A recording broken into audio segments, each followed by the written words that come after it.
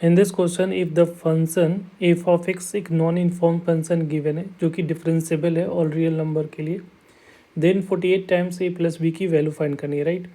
तो इस फंक्शन में अगर मॉडुलस लगा हुआ है तो इसका मतलब क्या हुआ, मॉड एक्स अगर ग्रेटर देन और इक्वल टू 2 का मतलब होता है कि ये जो होगा एक्स जो होगा वो माइनस इन्फिनिटी से लेकर, या ऐसा लिख सकते हो कि माइनस इन्फिनिटी से लेकर एक्स की वैल्यू जो होगी वो -2 यूनियन और 2 से लेकर एक्स की वैल्यू इन्फिनिटी तक के लिए ये एक्स की वैल्यू ये दिख रहा है।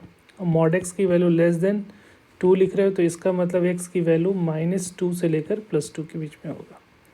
तो अब यहाँ पे ये जब ग्राफ को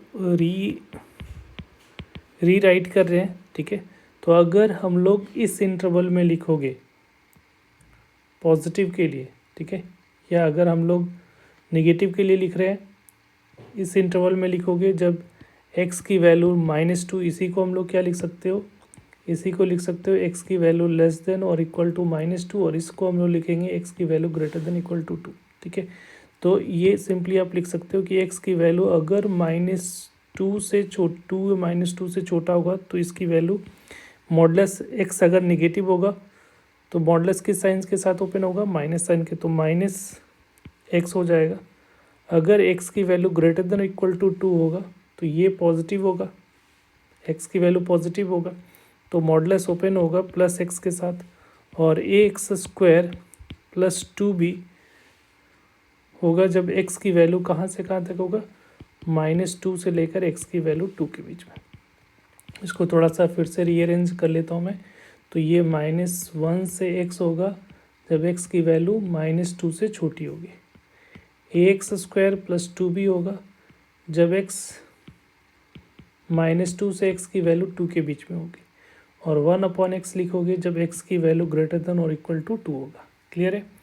अब यहाँ पे ये आ गया। अब ये फंक्शन कैसा है, डिफरेंशिएबल फंक्शन है, ठीक है। तो डिफरेंशिएबल होगा, कोई भी फंक्शन अगर डिफरेंशिएबल है तो it's implies that it is a continuous also, तो वो कंटिन्यूअस भी होगा। अगर कोई डिफरेंशिएबल होगा तो वो कंटिन्यूअस भी होगा, ठीक है, तभी वो डिफरेंशिएबिलिटी चेक करोगे।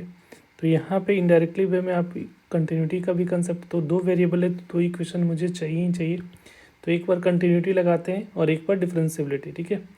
तो यहाँ पे अगर डिफरेंशिएबिलिटी की बात कर लेते हैं पहले, तो अगर डिफरेंशिएबिलिटी में लेफ्ट हैंड डेरिवेटिव्स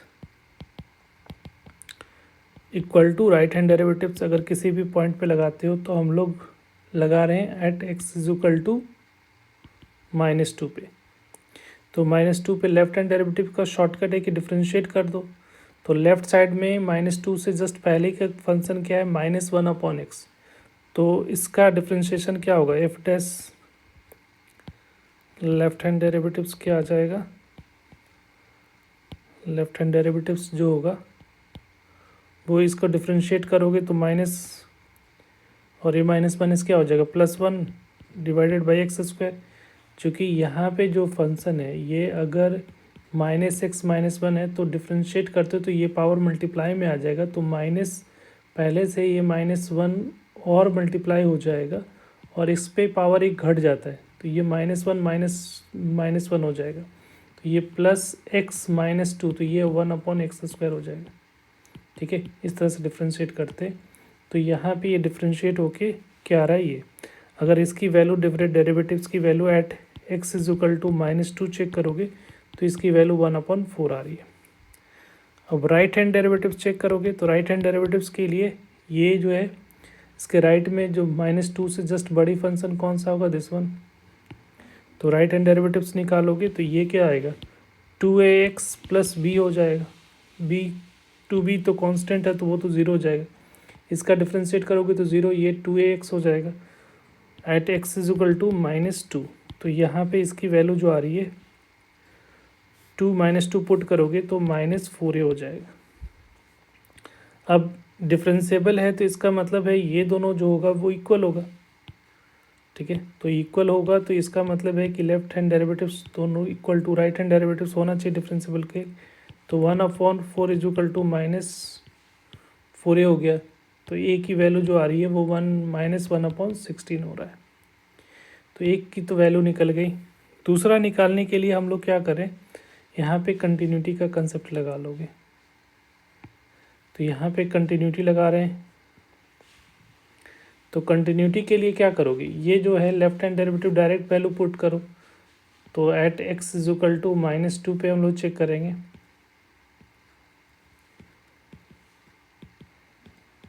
तो इसका मतलब left hand derivatives left hand limit निकालोगे। कंटिन्यूटी के लिए क्या होना चाहिए, कंटिन्यूटी के लिए left hand limit equal to right hand limit equal to F of A, तीनों का वैल्यू इक्वल होना चाहिए। तो लेफ्ट हैंड लिमिट अगर लगाओगे तो डायरेक्ट वैल्यू पुट करोगे, ठीक है।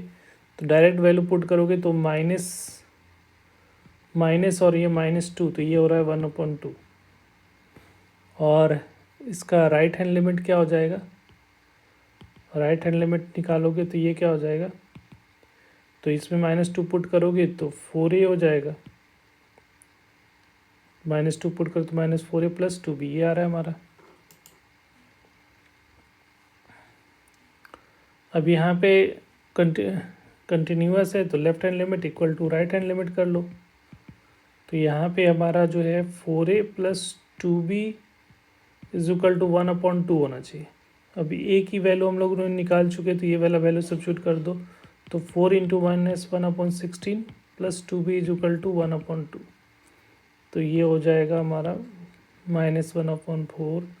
तो ये ऐड हो जाएगा। तो 2b इज इक्वल टू 1/2 + 1/4, इस तरह से लिख सकते हो। तो यहाँ से 2b की जो वैल्यू आ रही है वो कितना हो जाएगा, 3/4 हो जाएगा। तो b की वैल्यू जो होगी वो 3/8 हो जाएगा।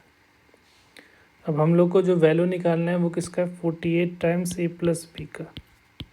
तो 48 a की वैल्यू क्या डालोगे, -1/16, b की वैल्यू 3/8, मल्टीप्लाई कर दो तो -3 यहाँ से आ जाएगा, -3 48 3 से कैंसिल आउट होगा, प्लस इसको करोगे तो 6 × 3 18 हो रहा है।